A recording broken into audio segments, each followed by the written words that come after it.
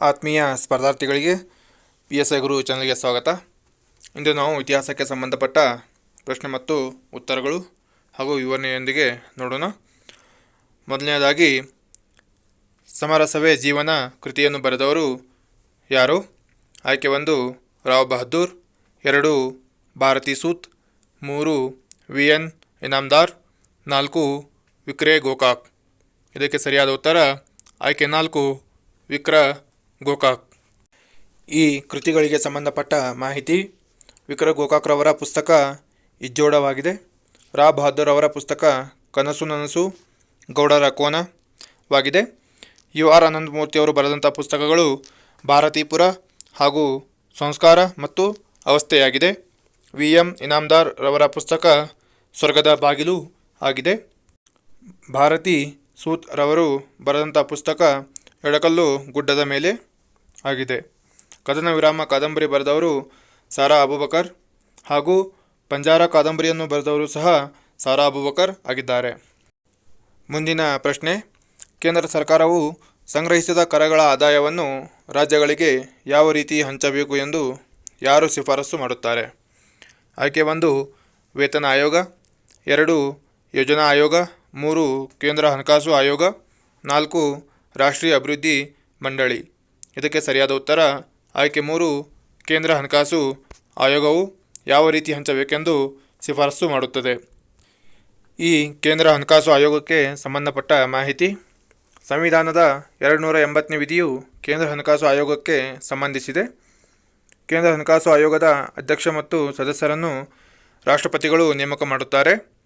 ಕೇಂದ್ರ ಹಣಕಾಸು ಆಯೋಗವು ಕೇಂದ್ರ ಮತ್ತು ರಾಜ್ಯಗಳಿಗೆ ತೆರಿಗೆ ಹಂಚಿಕೆ ಮಾಡಲು ಶಿಫಾರಸು ಮಾಡುತ್ತದೆ. ಕೇಂದ್ರ ಹಣಕಾಸು ಆಯೋಗದ ಅಧ್ಯಕ್ಷ ಮತ್ತು ಸದಸ್ಯರ ಅಧಿಕಾರಾವಧಿ 5 ವರ್ಷಗಳ ಆಗಿರುತ್ತದೆ. ಪ್ರಥಮ ಕೇಂದ್ರ ಹಣಕಾಸು ಆಯೋಗದ ಅಧ್ಯಕ್ಷರು KC ನಿಯೋಗಿ ಆಗಿದ್ದರು ಹಾಗೂ 14ನೇ ಕೇಂದ್ರ ಹಣಕಾಸು ಆಯೋಗದ ಅಧ್ಯಕ್ಷರು ಡಾಕ್ಟರ್ ಯಾಗ್ ವೇಣುಗೋಪಾಲ್ ರೆಡ್ಡಿ ಆಗಿದ್ದರು. ಇವರ ಕಾಲಾವಧಿ 2015ರಿಂದ 2020ರವರೆಗೆ ಇತ್ತು. 15ನೇ ಕೇಂದ್ರ ಹಣಕಾಸು ಆಯೋಗ ಅಧ್ಯಕ್ಷರು NK ಸಿಂಗ್. ಇವರ ಕಾಲಾವಧಿ 2021ರಿಂದ 2026ರವರೆಗೆ ಇದೆ. ಮುಂದಿನ ಪ್ರಶ್ನೆ: ಭಾರತದ ಪ್ರಪ್ರಥಮ ಪ್ರಾಥಮಿಕ ಪತ್ತಿನ ವ್ಯವಸಾಯ ಸಹಕಾರಿ ಸಂಘ ಇರುವ ಸ್ಥಳ ಯಾವುದು? ಆಯ್ಕೆ 1 ಕನಗಿನಹಾಳ, ಗದಗ ಜಿಲ್ಲೆ, 2 ಆನಂದ, ಗುಜರಾತ್, 3 24 ಪರಗನ, ಇದು ಪಶ್ಚಿಮ ಬಂಗಾಳದಲ್ಲಿದೆ, 4 ಗೋಕಾಕ್, ಬೆಳಗಾವಿ ಜಿಲ್ಲೆ. ಇದಕ್ಕೆ ಸರಿಯಾದ ಉತ್ತರ ಆಯ್ಕೆ 1 ಕನಗಿನಹಾಳ, ಗದಗ ಜಿಲ್ಲೆಯಲ್ಲಿದೆ. ಈ ಪ್ರಾಥಮಿಕ ಕೃಷಿ ಪತ್ತಿನ ಸಹಕಾರಿಗೆ ಸಂಘಕ್ಕೆ ಸಂಬಂಧಪಟ್ಟ ಮಾಹಿತಿ: ಭಾರತದ ಪ್ರಪ್ರಥಮ ಕೃಷಿ ಪತ್ತಿನ ಸಹಕಾರ ಸಂಘವು ಗದಗ ಜಿಲ್ಲೆಯ ಕನಗಿನಹಾಳ ಎಂಬಲ್ಲಿ ಸಿದ್ದನಗೌಡ ಪಾಟೀಲ್ ಎಂಬುವರು 1905ರಲ್ಲಿ ಪ್ರಾರಂಭಿಸಿದರು. ಗದಗ ಜಿಲ್ಲೆಯಲ್ಲಿ ಗ್ರಾಮೀಣಾಭಿವೃದ್ಧಿ ಮತ್ತು ಪಂಚಾಯತ್ ರಾಜ್ ವಿಶ್ವವಿದ್ಯಾಲಯವಿದೆ. ಗದಗ ಜಿಲ್ಲೆಯಲ್ಲಿ ಮುಂಡರ್ಗಿ, ನರಗುಂದ್, ರೋಹನ್, ಕಪ್ಪತ ಗುಡ್ಡ, ಕನಗಿನಾಳ, ಲಕ್ಕುಂಡಿ ಎಂಬ ಪ್ರಸಿದ್ಧ ಊರುಗಳು ಇವೆ. ಮುಂದಿನ ಪ್ರಶ್ನೆ: ಮೊಘಲರ ಕಾಲದಲ್ಲಿ ಕರ್ನಾಟಕ ಆಡಳಿತ ಕೇಂದ್ರ ಯಾವುದು? ಆಯ್ಕೆ 1 ಶ್ರೀರಂಗಪಟ್ಟಣ, 2 ಬದಾಮಿ, 3 ವಿಜಯಪುರ, 4 ಶಿರಾ. ಇದಕ್ಕೆ ಸರಿಯಾದ ಉತ್ತರ ಆಯ್ಕೆ 4 ಶಿರಾ ಆಗಿದೆ. ಈ ಪ್ರಶ್ನೆಗೆ ಸಂಬಂಧಪಟ್ಟ ಮಾಹಿತಿ: ಮೊಘಲರ ಕಾಲದಲ್ಲಿ ಕರ್ನಾಟಕದ ಆಡಳಿತ ಕೇಂದ್ರ ತುಮಕೂರು ಜಿಲ್ಲೆಯ ಶಿರಾ ಆಗಿತ್ತು. ಮೊಘಲರ ಸ್ಥಾಪಕ ಬಾಬರ್ ಆಗಿದ್ದಾನೆ. ಪ್ರಥಮ ಪಾನಿಪತ್ ಕದನ ನಡೆದ ವರ್ಷ 1526 ಏಪ್ರಿಲ್ 21. ಪ್ರಥಮ ಪಾನಿಪತ್ ಕದನವು ಬಾಬರ್ ಮತ್ತು ಇಬ್ರಾಹಿಂ ಲೋದಿ ನಡುವೆ ನಡೆಯಿತು. ಬಾಬರ್ ಭಾರತಕ್ಕೆ ಗುಲಾಬಿ ಹೂವನ್ನು ಪರಿಚಯಿಸಿದನು. ಬಾಬರ್ನ ಸಮಾಧಿ ಇರುವುದು ಕಾಬೂಲ್ನಲ್ಲಿ.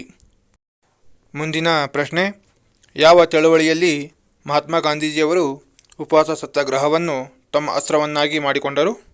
ಆಯ್ಕೆ 1 ಅಸಹಕಾರ ಚಳವಳಿ 1920ರಿಂದ 22. ಆಯ್ಕೆ 2 ದೌಲತ್ ಚಳವಳಿ 1919. 3 ಅಹಮದಾಬಾದ್ ಮುಷ್ಕರ್ 1918. 4 ಬಾರ್ಡೋಲಿ ಸತ್ಯಾಗ್ರಹ 1928. ಇದಕ್ಕೆ ಸರಿಯಾದ ಉತ್ತರ ಆಯ್ಕೆ 3 ಅಹಮದಾಬಾದ್ ಮುಷ್ಕರ್ 1918. ಈ ಪ್ರಶ್ನೆಗೆ ಸಂಬಂಧಪಟ್ಟ ಮಾಹಿತಿ: ಗಾಂಧೀಜಿಯ ಮೊದಲ ಸತ್ಯಾಗ್ರಹ ಚಂಪಾರಣ್ಯ ಸತ್ಯಾಗ್ರಹವಾಗಿದೆ. ಚಂಪಾರಣ್ಯ ಸತ್ಯಾಗ್ರಹ ನಡೆದ ವರ್ಷ 1917. ಚಂಪಾರಣ್ಯ ಸತ್ಯಾಗ್ರಹವು ನೀಲಿ ಬೆಳೆಗಾರರ ಸಮಸ್ಯೆಗೆ ಸಂಬಂಧಿಸಿದೆ. ಚಂಪಾರಣ್ಯ ಇರುವ ರಾಜ್ಯ ಬಿಹಾರ್ ಆಗಿದೆ. ಭಾರತದಲ್ಲಿ ಗಾಂಧೀಜಿಯ ಮೊದಲ ಉಪವಾಸ ಸತ್ಯಾಗ್ರಹ ಅಹಮದಾಬಾದ್ ಸತ್ಯಾಗ್ರಹವಾಗಿದೆ. ಈ ಅಹಮದಾಬಾದ್ ಸತ್ಯಾಗ್ರಹ ನಡೆದ ವರ್ಷ 1918. ಅಹಮದಾಬಾದ್ ಸತ್ಯಾಗ್ರಹವು ಹತ್ತಿ ಗಿರಣಿ ಕಾರ್ಮಿಕರ ಸಮಸ್ಯೆಯನ್ನು ಪರಿಹರಿಸುವುದಾಗಿತ್ತು. ಹಾಗೂ ಅಹಮದಾಬಾದ್ ಇರುವ ರಾಜ್ಯ ಗುಜರಾತ್ ಆಗಿದೆ. ಬಾರ್ಡೋಲಿ ಸತ್ಯಾಗ್ರಹದ ನಾಯಕ ಸರ್ದಾರ್ ವಲ್ಲಭಭಾಯಿ ಪಟೇಲ್ ಆಗಿದ್ದರು. ಬಾರ್ಡೋಲಿ ಸತ್ಯಾಗ್ರಹ ನಡೆದ ವರ್ಷ 1928. ಬಾರ್ಡೋಲಿ ಇರುವ ರಾಜ್ಯ ಗುಜರಾತ್ ಆಗಿದೆ. ಮುಂದಿನ ಪ್ರಶ್ನೆ, ಗಾಂಧೀಜಿಯವರ ಉಪ್ಪಿನ ಸತ್ಯಾಗ್ರಹದ ಮುಖ್ಯ ಉದ್ದೇಶವೇನು? ಆಯ್ಕೆ 1, ಉಪ್ಪಿನ ಬಗೆಗಿನ ಕಾನೂನುಗಳನ್ನು ಹಿಂತೆಗೆದುಕೊಳ್ಳುವುದು. 2, ಸಹಕಾರದ ಅಧಿಕಾರವನ್ನು ಮೊಟಕುಗೊಳಿಸುವುದು. ಆಯ್ಕೆ 3, ಸಾಮಾನ್ಯ ಮಾನವನ ಆರ್ಥಿಕ ಹೊರೆ ಕಡಿಮೆ ಮಾಡುವುದು. ಆಯ್ಕೆ 4, ಭಾರತಕ್ಕೆ ಪೂರ್ಣ ಸ್ವರಾಜ್ಯವನ್ನು ಒದಗಿಸುವುದು. ಇದಕ್ಕೆ ಸರಿಯಾದ ಉತ್ತರ ಆಯ್ಕೆ 4, ಭಾರತಕ್ಕೆ ಪೂರ್ಣ ಸ್ವರಾಜ್ಯವನ್ನು ಒದಗಿಸುವುದಾಗಿತ್ತು. ಈ ಸತ್ಯಾಗ್ರಹಕ್ಕೆ ಸಂಬಂಧಪಟ್ಟ ಮಾಹಿತಿ. ಅಂಕೋಲಾ ಉಪ್ಪಿನ ಸತ್ಯಾಗ್ರಹ 1930 ಏಪ್ರಿಲ್ 13ರಂದು ನಡೆಯಿತು. ಪ್ರಸ್ತುತ ಅಂಕೋಲಾ ಊರು ಇರುವುದು ಉತ್ತರ ಕನ್ನಡದಲ್ಲಿ ಅಥವಾ ಕಾರವಾರ. ಅಂಕೋಲಾ ಉಪ್ಪಿನ ಸತ್ಯಾಗ್ರಹದ ಅಧ್ಯಕ್ಷತೆಯನ್ನು MP ನಾಡ್ಕರ್ಣಿಯವರು ವಹಿಸಿದ್ದರು. ಅಂಕೋಲಾ ಉಪ್ಪಿನ ಸತ್ಯಾಗ್ರಹದಲ್ಲಿ 40,000 ಜನರು ಭಾಗವಹಿಸಿದ್ದರು. ಅಂಕೋಲಾ ಉಪ್ಪಿನ ಸತ್ಯಾಗ್ರಹವು ಸತತವಾಗಿ 45 ದಿನಗಳವರೆಗೆ ನಡೆಯಿತು. ಹಾಗೂ ಅಂಕೋಲಾದಲ್ಲಿ ತಯಾರಿಸಿದ ಉಪ್ಪನ್ನು ಸ್ವಾಮಿ ವಿದ್ಯಾನಂದರು ಹರಾಜು ಹಾಕಿದರು ಮತ್ತು ಅದನ್ನು ಹೊನ್ನಪ್ಪ ನಾಯಕ್ ಮುಂಗೇಶ್ಕರ್ ಅವರು ತೆಗೆದುಕೊಂಡರು. ಕರ್ನಾಟಕದ ದಂಡಿ ಅಥವಾ ಕರ್ನಾಟಕದ ಬಾರ್ಡೋಲಿ ಎಂದು ಅಂಕೋಲಾವನ್ನು ಕರೆಯುತ್ತಾರೆ. ಕರ್ನಾಟಕದ ಮಂಗಳೂರು, ಕುಂದಾಪುರ, ಉಡುಪಿ, ಕಾರ್ಕಳ, ಪುತ್ತೂರು, ಬೀಸನಾಳ ಮತ್ತು ಮಲ್ಪೆ ಮುಂತಾದ ಸ್ಥಳಗಳಲ್ಲಿ ಉಪ್ಪಿನ ಸತ್ಯಾಗ್ರಹಗಳು ನಡೆದವು. 1930 ಏಪ್ರಿಲ್ನಲ್ಲಿ ಬೆಳಗಾವಿಯಲ್ಲಿ ಉಪ್ಪನ್ನು ಮಾರಿ ಉಪ್ಪಿನ ಕಾನೂನನ್ನು ಗಂಗಾಧರರಾವ್ ದೇಶಪಾಂಡೆಯವರು ಮುರಿದರು. ಮುಂದಿನ ಪ್ರಶ್ನೆ, ಯಶೋಧರ ಚರಿತ್ರೆ ಕೃತಿ ಬರೆದವರು ಯಾರು? ಆಯ್ಕೆ 1, ಪೊನ್ನ. 2, ಪಂಪ. 3, ಜನ್ನ. 4, ರನ್ನ. ಇದಕ್ಕೆ ಸರಿಯಾದ ಉತ್ತರ ಆಯ್ಕೆ 3, ಜನ್ನ. ಈ ಪ್ರಶ್ನೆಗೆ ಸಂಬಂಧಪಟ್ಟ ಮಾಹಿತಿ. ಶಾಂತಿಪುರಾಣ ಕೃತಿ ಬರೆದವರು ಪೊನ್ನ. ವಿಕ್ರಮಾರ್ಜುನ ವಿಜಯಂ ಕೃತಿ ಬರೆದವರು ಪಂಪ. ಅಮುಕ್ತ ಮೌಲ್ಯದ ಕೃತಿ ಬರೆದವರು ಶ್ರೀಕೃಷ್ಣ ದೇವರಾಯ. ರಾಜತರಂಗಿಣಿ ಕೃತಿ ಬರೆದವರು ಕಲ್ದನ. ಮುಂದಿನ ಪ್ರಶ್ನೆ, ಪತ್ತೇದಾರ ಪುರುಷೋತ್ತಮ ಕೃತಿಯ ಕರ್ತೃ. ಆಯ್ಕೆ 1, M Ramamurthy. 2, N Narasimhaiah. 3, Krishnamurthy. 4, SL Bhyrappa. ಇದಕ್ಕೆ ಸರಿಯಾದ ಉತ್ತರ ಆಯ್ಕೆ 2, ಎನ್ ನರಸಿಂಹಯ್ಯ. ಈ ಪ್ರಶ್ನೆಗೆ ಸಂಬಂಧಪಟ್ಟ ಮಾಹಿತಿ. ಪತ್ತೇದಾರ ಪುರುಷೋತ್ತಮ ಪುಸ್ತಕ ಬರೆದವರು ಎನ್ ನರಸಿಂಹಯ್ಯ. ಗತಾ ಸಪ್ತಸತಿ ಪುಸ್ತಕ ಬರೆದವರು ಹಾಲ. ಇದು ಪ್ರಾಕೃತ ಭಾಷೆಯಲ್ಲಿ ರಚಿಸಿದ್ದಾನೆ. ಹಾಲ ಶಾತವಾಹನರ 17ನೇ ಅರಸನಾಗಿದ್ದ. ಮುಂದಿನ ಪ್ರಶ್ನೆ, ಕನ್ನಡದ ಪ್ರಪ್ರಥಮ ಗದ್ಯಕೃತಿ ಯಾವುದು? ಆಯ್ಕೆ 1, ವಡ್ಡಾರಾಧನೆ. 2, ಶಬ್ದಮಣಿ ದರ್ಪಣ. 3, ಕವಿರಾಜ ಮಾರ್ಗ. 4, ಶಾಂತಿ ಪುರಾಣ. ಇದಕ್ಕೆ ಸರಿಯಾದ ಉತ್ತರ ಆಯ್ಕೆ 1, ವಡ್ಡಾರಾಧನೆ. ಈ ಪ್ರಶ್ನೆಗೆ ಸಂಬಂಧಪಟ್ಟ ಮಾಹಿತಿ. ಕನ್ನಡದ ಪ್ರಥಮ ಗದ್ಯಕೃತಿ ವಡ್ಡಾರಾಧನೆ ಆಗಿದೆ. ವಡ್ಡಾರಾಧನೆ ಕೃತಿ ಬರೆದವರು ಶಿವಕೋಟ್ಯಾಚಾರ್ಯ. ಕನ್ನಡದ ಮೊದಲ ಕೃತಿ ಕವಿರಾಜ ಮಾರ್ಗ. ಕವಿರಾಜ ಮಾರ್ಗದ ಕೃತಿ ಬರೆದವರು ಶ್ರೀ ವಿಜಯ. ಕನ್ನಡದ ಮೊದಲ ನಾಟಕ ಮಿತ್ರವಿಂದ ಗೋವಿಂದವಾಗಿದೆ. ಮಿತ್ರವಿಂದ ಗೋವಿಂದ ನಾಟಕ ಬರೆದವರು ಸಿಂಗರಾರ್ಯ. ಶಬ್ದಮಣಿ ದರ್ಪಣ ಪುಸ್ತಕ ಬರೆದವರು ಕೇಶಿರಾಜ್. ಗದಾಯುದ್ಧ ಪುಸ್ತಕ ಬರೆದವರು ರನ್ನ. ದಶಕುಮಾರ ಚರಿತ್ರೆ ಬರೆದವರು ದಂಡಿನ. ಮುದ್ರಾ ರಾಕ್ಷಸ ಬರೆದವರು ವಿಶಾಖದತ್ತ. ಮೃಚ್ಛಕಟಿಕ ಬರೆದವರು ಶೂದ್ರಕ. ಮುಂದಿನ ಪ್ರಶ್ನೆ, ಮಲ್ಲಪೇರಿಯ ಅಣೆಕಟ್ಟು ವಿವಾದ ಈ ರಾಜ್ಯಗಳ ನಡುವೆ ಇದೆ. ಆಯ್ಕೆ 1, ತಮಿಳುನಾಡು ಮತ್ತು ಕರ್ನಾಟಕ. 2, ಕೇರಳ ಮತ್ತು ತಮಿಳುನಾಡು. 3, ತಮಿಳುನಾಡು ಮತ್ತು ಆಂಧ್ರ ಪ್ರದೇಶ್. 4, ಕೇರಳ ಮತ್ತು ಕರ್ನಾಟಕ. ಇದಕ್ಕೆ ಸರಿಯಾದ ಉತ್ತರ ಆಯ್ಕೆ 2, ಕೇರಳ ಮತ್ತು ತಮಿಳುನಾಡು ರಾಜ್ಯಗಳ ನಡುವೆ ಈ ವಿವಾದವಿದೆ. ಈ ಪ್ರಶ್ನೆಗೆ ಸಂಬಂಧಪಟ್ಟ ಮಾಹಿತಿ.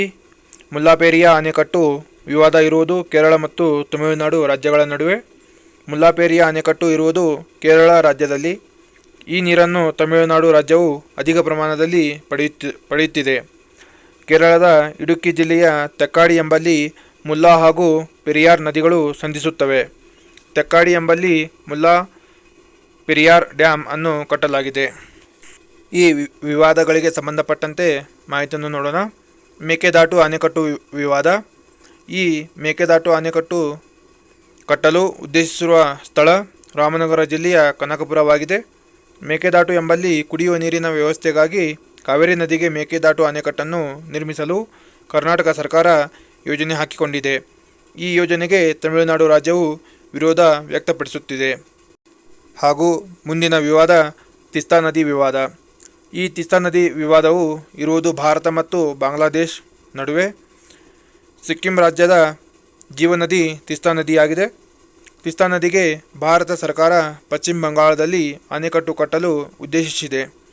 ಈ ಯೋಜನೆಗೆ ಬಾಂಗ್ಲಾದೇಶವು ವಿರೋಧ ವ್ಯಕ್ತಪಡಿಸುತ್ತಿದೆ. ಮುಂದಿನ ವಿವಾದ ಕಿಶನ್ ಗಂಗಾ ನದಿ ವಿವಾದ. ಕಿಶನ್ ಗಂಗಾ ನದಿ ಇರುವುದು ಜಮ್ಮು ಮತ್ತು ಕಾಶ್ಮೀರದಲ್ಲಿ. ಕಿಶನ್ ಗಂಗಾ ನದಿ ಜೀಲಂ ನದಿಯ ಉಪನದಿಯಾಗಿದೆ. ಕಿಶನ್ ಗಂಗಾ ನದಿಯ ಮತ್ತೊಂದು ಹೆಸರು ನೀಲಂ ಆಗಿದೆ. ಕಿಶನ್ ಗಂಗಾ ನದಿಗೆ ಭಾರತ ಸರ್ಕಾರವು ಅಣೆಕಟ್ಟು ಕಟ್ಟಲು ಉದ್ದೇಶಿಸಿದೆ. ಈ ಯೋಜನೆಗೆ ಪಾಕಿಸ್ತಾನ ದೇಶವು ವಿರೋಧ ವ್ಯಕ್ತಪಡಿಸುತ್ತಿದೆ. ಕಿಶನ್ ಗಂಗಾ ನದಿ ವಿವಾದವು ಭಾರತ ಮತ್ತು ಪಾಕಿಸ್ತಾನ ನಡುವೆ ಇದೆ. ಮುಂದಿನ ಪ್ರಶ್ನೆ, ಹೊಸ ಪೊಲೀಸ್ ಕಾನೂನಿನ ಕರಡು ರಚಿಸುವ ಬಗ್ಗೆ ಇತ್ತೀಚೆಗೆ ರಚಿಸಲಾಗಿದ್ದ ಸಮಿತಿ ಯಾವುದು? ಆಯ್ಕೆ 1 ಸೋಲಿ ಸೊರಾಬ್ಬಿ ಸಮಿತಿ, 2 ಧರ್ಮವೀರ ಸಮಿತಿ, 3 ಮಳಿಮಠ್ ಸಮಿತಿ, 4 ರಾಷ್ಟ್ರೀಯ ಪೊಲೀಸ್ ಆಯೋಗ ಸಮಿತಿ. ಇದಕ್ಕೆ ಸರಿಯಾದ ಉತ್ತರ ಆಯ್ಕೆ 1 ಸೋಲಿ ಸೊರಬ್ಬಿ ಸಮಿತಿಯಾಗಿದೆ. ಈ ಪ್ರಶ್ನೆಗೆ ಸಂಬಂಧಪಟ್ಟ ಮಾಹಿತಿ. ಸರ್ಕಾರಿ ಆಯೋಗ ಕೇಂದ್ರ ಮತ್ತು ರಾಜ್ಯಗಳ ನಡುವಿನ ಸಂಬಂಧಗಳ ಅಧ್ಯಯನಕ್ಕೆ ಸಂಬಂಧಿಸಿದೆ. ಶಾ ಆಯೋಗ ತುರ್ತು ಪರಿಸ್ಥಿತಿ ಕುರಿತು ಅಧ್ಯಯನ ಮಾಡಲು ನೇಮಿಸಲಾಗಿತ್ತು. ಇದು 1975ರಲ್ಲಿ. ವಿಜಯ ಕೇಳ್ಕರ್ ಸಮಿತಿ ಪ್ರತ್ಯಕ್ಷ ಹಾಗೂ ಪರೋಕ್ಷ ತೆರಿಗೆ ಸುಧಾರಣೆ ಕುರಿತು ಅಧ್ಯಯನ ಮಾಡಲು ನೇಮಿಸಲಾಗಿತ್ತು. ಜೆ.ಎಂ. ಪಾಂಚಾಲ್ ಸಮಿತಿ ಮಹದಾಯಿ ನದಿ ವಿವಾದ ಕುರಿತು ಅಧ್ಯಯನ ಮಾಡಲು ನೇಮಿಸಲಾಗಿತ್ತು. ಮುಂದಿನ ಪ್ರಶ್ನೆ, ನ್ಯಾಯಮೂರ್ತಿ ರಾಜೇಂದ್ರ ಸಾಚಾರ್ ಸಮಿತಿ ಯಾವುದಕ್ಕೆ ಸಂಬಂಧಿಸಿದೆ? ಆಯ್ಕೆ 1 ಪೊಲೀಸ್ ಆಡಳಿತ ಸುಧಾರಣೆಗಾಗಿ, 2 ಮುನ್ಸಿಪಾಲ್ಟಿಗಳ ಸುಧಾರಣೆಗಾಗಿ, 3 ಸುಭಾಷ್ ಚಂದ್ರ ಬೋಸ್ ಸಾವಿನ ಕಾರಣ ತಿಳಿಯುವುದಕ್ಕಾಗಿ, 4 ಮುಸ್ಲಿಮರ ಶೈಕ್ಷಣಿಕ ಸಾಮಾಜಿಕ ಹಾಗೂ ಆರ್ಥಿಕ ಸ್ಥಾನಮಾನವನ್ನು ಅರಿಯಲು. ಇದಕ್ಕೆ ಸರಿಯಾದ ಉತ್ತರ ಆಯ್ಕೆ 4 ಮುಸ್ಲಿಮರ ಶೈಕ್ಷಣಿಕ ಸಾಮಾಜಿಕ ಹಾಗೂ ಆರ್ಥಿಕ ಸ್ಥಾನಮಾನವನ್ನು ಅರಿಯಲು ನ್ಯಾಯಮೂರ್ತಿ ರಾಜೇಂದ್ರ ಸಾಚಾರ್ ಸಮಿತಿಯನ್ನು ಆಯೋಜಿಸಲಾಗಿತ್ತು. ಈ ಪ್ರಶ್ನೆಗೆ ಸಂಬಂಧಪಟ್ಟ ಮಾಹಿತಿ. ಎಸ್.ಆರ್. ಸಿನ್ಹು ಸಮಿತಿಯು 10% EWS ಮೀಸಲಾತಿಗೆ ಸಂಬಂಧಿಸಿದೆ. ಲಿಬ್ಬರಾನ್ ಆಯೋಗವು ಬಾಬ್ರಿ ಮಸೀದಿ ಧ್ವಂಸ ವಿಚಾರಣೆಗೆ ಸಂಬಂಧಿಸಿದೆ. ಧರ್ಮವೀರ ಆಯೋಗವು ಪೊಲೀಸ್ ಸುಧಾರಣೆಗೆ ಸಂಬಂಧಿಸಿದೆ. ಎಲ್. ನರಸಿಂಹರೆಡ್ಡಿ ಆಯೋಗವು 1 ರ್ಯಾಂಕ್ 1 ಪೆನ್ಷನ್ಗೆ ಸಂಬಂಧಿಸಿದೆ. ಎಂ. ನರಸಿಂಹನ ಸಮಿತಿಯು ಬ್ಯಾಂಕುಗಳ ಸುಧಾರಣೆಗೆ ಸಂಬಂಧಿಸಿದೆ. ಇದು 1991ರಲ್ಲಿ ರಚಿಸಲಾಗಿತ್ತು. ಸೋಲಿ ಸೊರಾಬಿ ಸಮಿತಿಯು ಪೊಲೀಸ್ ಸುಧಾರಣೆಗೆ ಸಂಬಂಧಿಸಿದೆ. ಬಿ.ಎನ್. ಶ್ರೀಕೃಷ್ಣ ಸಮಿತಿಯು ತೆಲಂಗಾಣ ರಾಜ್ಯ ರಚನೆಗೆ ಸಂಬಂಧಿಸಿದೆ. ಮುಂದಿನ ಪ್ರಶ್ನೆ, ಭಾರತದ ಪ್ರಧಾನಮಂತ್ರಿಯಾಗಲು ಕನಿಷ್ಠ ವಯಸ್ಸು ಎಷ್ಟಿರಬೇಕು? ಆಯ್ಕೆ 1 21 ವರ್ಷ, 2 25 ವರ್ಷ, 3 30 ವರ್ಷ, 4 35 ವರ್ಷ. ಇದಕ್ಕೆ ಸರಿಯಾದ ಉತ್ತರ ಆಯ್ಕೆ 2 25 ವರ್ಷ. ಈ ಪ್ರಶ್ನೆಗೆ ಸಂಬಂಧಪಟ್ಟ ಮಾಹಿತಿ. ಸಂವಿಧಾನದ 75ನೇ ವಿಧಿ. ಸಂವಿಧಾನದ 75ನೇ ವಿಧಿಯ ಪ್ರಕಾರ ಪ್ರಧಾನಮಂತ್ರಿಯನ್ನು ರಾಷ್ಟ್ರಪತಿಯವರು ನೇಮಕ ಮಾಡುತ್ತಾರೆ. ಲೋಕಸಭೆಯಲ್ಲಿ ಬಹುಮತ ಪಡೆದ ಪಕ್ಷದ ನಾಯಕನನ್ನು ಪ್ರಧಾನಮಂತ್ರಿಯಾಗಿ ರಾಷ್ಟ್ರಪತಿಯವರು ನೇಮಕ ಮಾಡುತ್ತಾರೆ. ಲೋಕಸಭೆಯಲ್ಲಿ ಯಾವುದೇ ಪಕ್ಷಕ್ಕೆ ಬಹುಮತ ದೊರೆಯದಿದ್ದಾಗ ರಾಷ್ಟ್ರಪತಿಯವರು ತಮ್ಮ ವಿವೇಚನಾಧಿಕಾರ ಬಳಸಿ ಪ್ರಧಾನಮಂತ್ರಿಯನ್ನಾಗಿ ರಾಷ್ಟ್ರಪತಿಗಳು ನೇಮಕ ಮಾಡುತ್ತಾರೆ. ಹಾಗೂ ಪ್ರಧಾನಮಂತ್ರಿಯವರಿಗೆ ರಾಷ್ಟ್ರಪತಿಯವರು ಪ್ರಮಾಣ ವಚನವನ್ನು ಬೋಧಿಸುತ್ತಾರೆ. ಪ್ರಧಾನಮಂತ್ರಿಯವರು ತಮ್ಮ ರಾಜೀನಾಮೆ ಪತ್ರವನ್ನು ರಾಷ್ಟ್ರಪತಿಯವರಿಗೆ ಸಲ್ಲಿಸಬೇಕು. ಪ್ರಧಾನಮಂತ್ರಿಯಾಗಲು ಕನಿಷ್ಠ 25 ವರ್ಷ ವಯಸ್ಸಾಗಿರಬೇಕು. ಭಾರತದ ಪ್ರಧಾನಮಂತ್ರಿಯಾಗುವ ಸಂದರ್ಭದಲ್ಲಿ ಅವರು ಸಂಸತ್ತಿನ ಯಾವುದೇ ಸದನದ ಸದಸ್ಯರಾಗಿರುವ ಅವಶ್ಯಕತೆ ಇಲ್ಲವಾದರೂ 6 ತಿಂಗಳೊಳಗೆ ಸದನವೊಂದರ ಲೋಕಸಭೆ ಅಥವಾ ರಾಜ್ಯಸಭೆಯ ಸದಸ್ಯರಾಗಿ ಆಯ್ಕೆಯಾಗಿರಬೇಕು. ಮುಂದಿನ ಪ್ರಶ್ನೆ, ಜಲಿಯನ್ ವಾಲಾಬಾಗ್ ಸಾಮೂಹಿಕ ಹತ್ಯೆಯ ಸೇಡನ್ನು ಸರ್ ಮೈಕಲ್ ಡಯಾರ್ನನ್ನು ಹತ್ಯೆಗೈದು ಸೇಡು ತೀರಿಸಿಕೊಂಡವರು ಯಾರು? ಆಯ್ಕೆ 1 ಭಗತ್ ಸಿಂಗ್, 2 ಸರ್ದಾರ್ ಉಧಾಮ್ ಸಿಂಗ್, 3 ಚಂದ್ರಶೇಖರ್ ಆಜಾದ್, 4 ರಂಜಿತ್ ಸಿಂಗ್. ಇದಕ್ಕೆ ಸರಿಯಾದ ಉತ್ತರ ಆಯ್ಕೆ 2 ಸರ್ದಾರ್ ಉಧಾಮ್ ಸಿಂಗ್. ಈ ಪ್ರಶ್ನೆಗೆ ಸಂಬಂಧಪಟ್ಟ ಮಾಹಿತಿ: ಜಲಿಯನ್ ವಾಲಾಬಾಗ್ ಹತ್ಯಾಕಾಂಡ ನಡೆದ ವರ್ಷ 1919 ಏಪ್ರಿಲ್ 13. ಜಲಿಯನ್ ವಾಲಾಬಾಗ್ ಸ್ಥಳದಲ್ಲಿ ಜನರು ರೌಲತ್ ಕಾಯ್ದೆಯನ್ನು ರದ್ದುಪಡಿಸುವ ಉದ್ದೇಶದಿಂದ ಸೇರಿದ್ದರು. ಜಲಿಯನ್ ವಾಲಾಬಾಗ್ ಇರುವುದು ಪಂಜಾಬ್ ರಾಜ್ಯದ ಅಮೃತಸರ ಜಿಲ್ಲೆಯಲ್ಲಿದೆ. ಹಾಗೂ ಜಲಿಯನ್ ವಾಲಾಬಾಗ್ ದುರಂತಕ್ಕೆ ಕಾರಣನಾದವನು ಜನರಲ್ ಡಯಾರ್. ಜಲಿಯನ್ ವಾಲಾಬಾಗ್ ಹತ್ಯಾಕಾಂಡಕ್ಕೆ ಕಾರಣನಾದ ಜನರಲ್ ಡಯಾರ್ನನ್ನು ಕೊಲ್ಲಲು ಇಂಗ್ಲೆಂಡಿಗೆ ಹೋದ ಸ್ವತಂತ್ರ ಹೋರಾಟಗಾರ ಸರ್ದಾರ್ ಉಧಾಮ್ ಸಿಂಗ್ ಆಗಿದ್ದಾರೆ. ಜಲಿಯನ್ ವಾಲಾಬಾಗ್ ದುರಂತ ನಡೆದ ನಂತರ ಮಹಾತ್ಮ ಗಾಂಧೀಜಿಯವರು ಕೈಸರ್-ಇ-ಹಿಂದ್ ಪ್ರಶಸ್ತಿಯನ್ನು ಬ್ರಿಟಿಷರಿಗೆ ವಾಪಸ್ಸು ನೀಡಿದರು. ಮತ್ತು ಜಲಿಯನ್ ವಾಲಾಬಾಗ್ ದುರಂತ ನಡೆದ ನಂತರ ರವೀಂದ್ರನಾಥ್ ಟಾಗೋರ್ ಅವರು ನೈಟ್ಹುಡ್ ಪ್ರಶಸ್ತಿಯನ್ನು ಬ್ರಿಟಿಷರಿಗೆ ವಾಪಸ್ಸು ನೀಡಿದರು. ಜಲಿಯನ್ ವಾಲಾಬಾಗ್ ದುರಂತದ ಬಗ್ಗೆ ತನಿಖೆ ಮಾಡಿದ ಆಯೋಗ ಹಂಟರ್ ಆಯೋಗ. ಆತ್ಮೀಯ ಸ್ಪರ್ಧಾರ್ಥಿಗಳೇ, ಈ ನಿಮ್ಮ PSI ಗುರು ಚಾನಲ್ಗೆ ಸಬ್ಸ್ಕ್ರೈಬ್ ಮಾಡುವುದರ ಮೂಲಕ ಇನ್ನೂ ಹಲವಾರು ಸ್ಪರ್ಧಾತ್ಮಕ ಪರೀಕ್ಷೆಗಳಿಗೆ ಸಂಬಂಧಪಟ್ಟಂತಹ ವಿಡಿಯೋಗಳನ್ನು ಮಾಡಲು ನೀವು ಪ್ರೋತ್ಸಾಹಿಸಬಹುದು.